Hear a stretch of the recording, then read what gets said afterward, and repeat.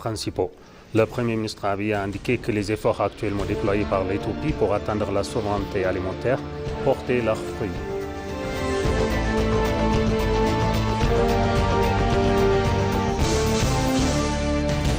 Des créateurs de contenu numérique influents de toute l'Afrique se réunissent à Addis Abeba à l'occasion du sommet africain des influenceurs de ASMIS 2026.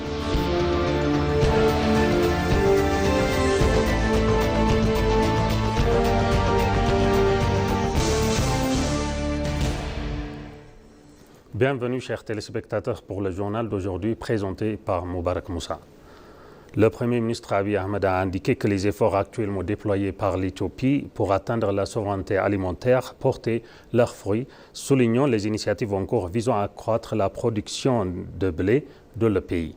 Dans un message publié sur les réseaux sociaux, après avoir visité une exposition céréalière à grande échelle située dans la région d'Oromia, dans le district de Sululta, le Premier ministre a indiqué que l'initiative du gouvernement visant à renforcer l'autosuffisance alimentaire nationale enregistrait des progrès significatifs. Aujourd'hui, dans l'État d'Oromia, dans la zone de Shoa du Nord, dans le district de Sululta, nous avons visité et observé une exploitation céréalière florissante s'étendait sur 2150 hectares, a indiqué le Premier ministre Abiy.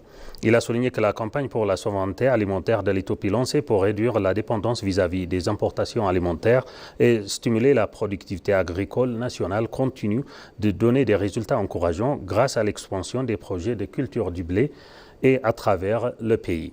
Les propos du Premier ministre interviennent alors que l'Éthiopie redouble d'efforts pour stimuler la production agricole et garantir la sécurité alimentaire à long terme grâce à des initiatives agricoles à grande échelle.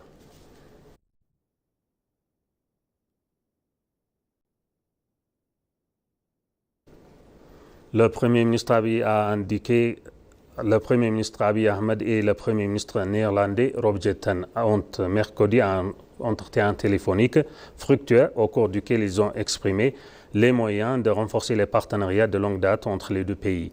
Au cours de cet entretien, les deux dirigeants ont passé en revue un large éventail de questions bilatérales, en mettant particulièrement l'accent sur l'élargissement des relations bilatérales et le renforcement de la coopération dans des secteurs stratégiques clés. À l'issue de cette discussion, le Premier ministre Abiy a indiqué dans un message publié sur les réseaux sociaux que cet entretien avait permis d'explorer les possibilités et d'approfondir la collaboration dans de nombreux domaines. J'ai eu un entretien téléphonique fructueux avec le Premier ministre Rob Jetten du Royaume des Pays-Bas, au cours duquel nous avons abordé toute une série de questions bilatérales et exploré les moyens de renforcer davantage la coopération dans de nombreux domaines, a écrit le Premier ministre Abiy Ahmed.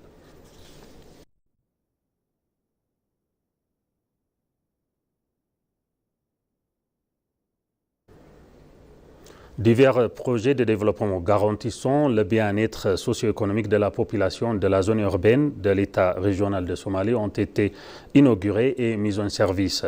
Au rang du vice-premier ministre, le chef du Centre de coordination pour la démocratie et le vice-président de la Parti de la prospérité, Adam Farah, et le chef de l'État régional, Mustafa Mohamed, ont inauguré et mis en service ces projets. Parmi les projets inaugurés figure l'usine de production d'oxygène construite à l'hôpital général Farah de Chinilé pour un coût de 100 millions de beurre. Cette usine jouera un rôle essentiel dans l'approvisionnement en oxygène médical des établissements de santé de la zone urbaine et de l'est du pays. Par ailleurs, la route asphaltée de Deredoa Chinilé, longue de 10,5 km et reliant l'administration de la ville de Deredoa à la ville de Chinilé, dans la région somalienne, a été inaugurée hier, construite pour un coût d'1,3 milliard de beurre. Ce projet routier devrait améliorer le quotidien de la population locale en facilitant les échanges commerciaux et les transports entre les deux zones.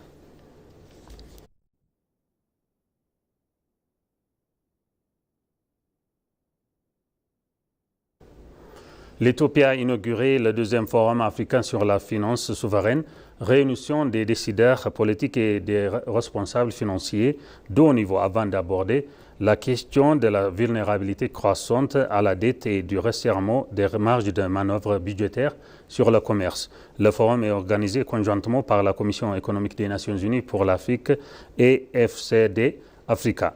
En ouvrant la session, la ministre d'État Samarita Sowaso a souligné que les chocs mondiaux successifs ont accentué les pressions budgétaires sur les économies africaines. Elle a noté que les réserves financières extérieures s'étaient progressivement érodées, les réserves de change par rapport à la dette extérieure ayant fortement diminué au cours de la dernière décennie. Samarita a mis en avant les progrès réalisés en matière de libéralisation de taux de change, de mobilisation des recettes intérieures et de transparence budgétaire.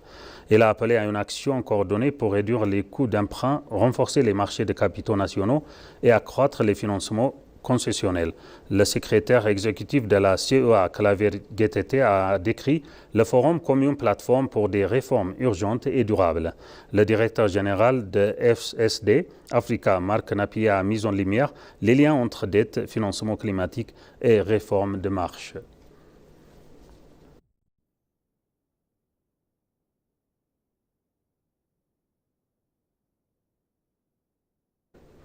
Des créateurs de contenu numérique influents venus de toute l'Afrique se réunissent à Addis Abeba à l'occasion du sommet africain des influenceurs sur les réseaux sociaux ASMIS 2026, soulignant ainsi l'importance croissante de la collaboration, du partage des connaissances et d'une communication cohérente pour façonner l'image du continent à l'échelle mondiale. Parmi les participants figuraient le créateur de contenu sénégalais, Diao Ketchoun, et l'influenceuse numérique basée au Bénin, Régie Boisser, qui ont tous deux souligné l'importance du sommet en tant que plateforme de connexion et de transformation. Diao Ketchoun, qui sera en Éthiopie pour la première fois, a mis en avant la valeur de l'ASMIS pour favoriser des échanges constructifs entre les voies numériques africaines. Il a ajouté que le sommet sert non seulement de plateforme de réseautage, mais aussi d'environnement d'apprentissage. De même, Régie Boiser, qui représente le Bénin et compte un large public en ligne, a décrit l'ASMIS comme une initiative panafricaine de premier plan qui rassemble les principaux acteurs de l'écosystème numérique. Le sommet des influenceurs des médias sociaux est conçu pour servir de plateforme continentale où les influenceurs, les institutions et les leaders du secteur se réunissent pour échanger des idées, renforcer les partenariats et élaborer des stratégies visant à amplifier les récits africains authentiques.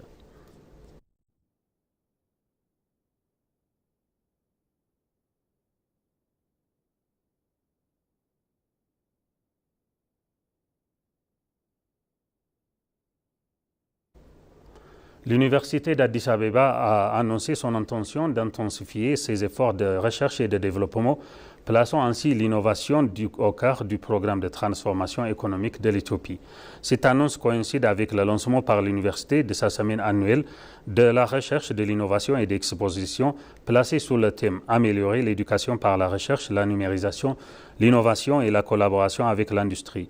Lors de la cérémonie d'ouverture, le président par intérim de l'Université d'Addis Abeba, Samuel Kefle, a indiqué que l'université renforcerait son rôle dans la construction de la nation en promouvant des solutions issues de la recherche. Il a également souligné que l'université renforce sa collaboration avec l'industrie afin de garantir que les résultats de la recherche contribuent directement au développement industriel, à la croissance économique. Le doyen de la faculté des sciences de l'éducation et des langues, Yokoya Alamdessi, a indiqué que l'exposition met en lumière le rôle crucial de l'éducation, de la recherche, de la numérisation et des liens avec l'industrie. Il a insisté sur le fait que l'éducation doit dépasser le stade de la théorie et doter les étudiants et les chercheurs des compétences nécessaires pour apporter des solutions concrètes.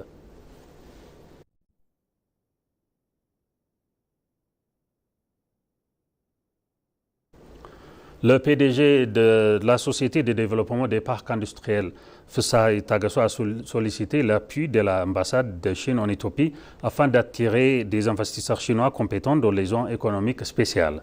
Un contrat a été signé avec la société chinoise Hope Medical Consumable Manufacturing, fabricant d'équipements médicaux implantés dans la zone économique spéciale de Kilinto.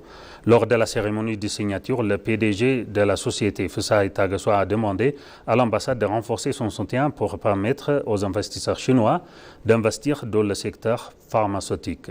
Le PDG a souligné que l'augmentation des investissements est essentielle pour élever Le niveau des relations bilatérales, des actions de promotion sont en cours pour attirer les investisseurs. L'ambassadeur de Chine en Éthiopie, Chen Hai, a indiqué que le gouvernement chinois continuerait de soutenir les investissements en Éthiopie. L'ambassadeur a indiqué qu'il s'efforcerait de renforcer son partenariat stratégique avec les investisseurs chinois et d'attirer davantage d'investissements. Il a également indiqué qu'il promouvait, faciliterait, soutiendrait et proviserait les investisseurs chinois afin de moderniser et industrialiser le secteur médical éthiopien.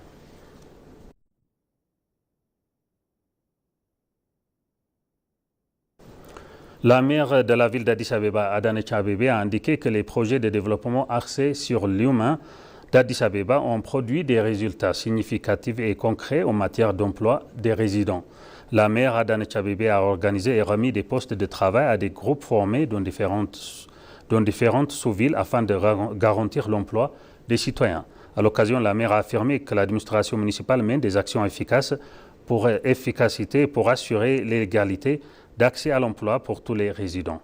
Elle a souligné qu'au cours des dernières années, grâce à la conception de projets de développement axés sur l'humain et la création d'emplois pour de nombreux citoyens, il a été possible d'obtenir des résultats tangibles. Adanecha a noté que le poste de travail et les hangars remis aux citoyens ayant bénéficié de ces opportunités d'emploi ont été construits et achevés rapidement. Elle a également confirmé que les actions menées pour garantir le bien-être global des citoyens seront renforcées de manière régulière.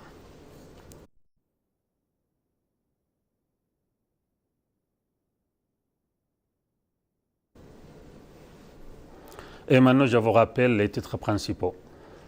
Le Premier ministre Abiy a indiqué que les efforts actuellement déployés par l'Éthiopie pour atteindre la souveraineté alimentaire portent leurs fruits.